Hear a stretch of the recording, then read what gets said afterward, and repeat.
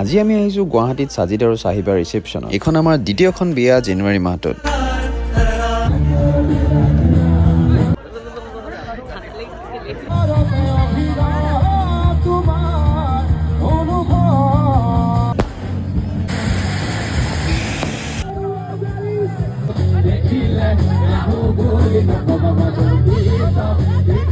আৰু দুয়োজনৰে বিবাহিত জীৱন সুখ আৰু সমৃদ্ধিৰে ভৰি পৰক তাকে কামনা কৰিলোঁ।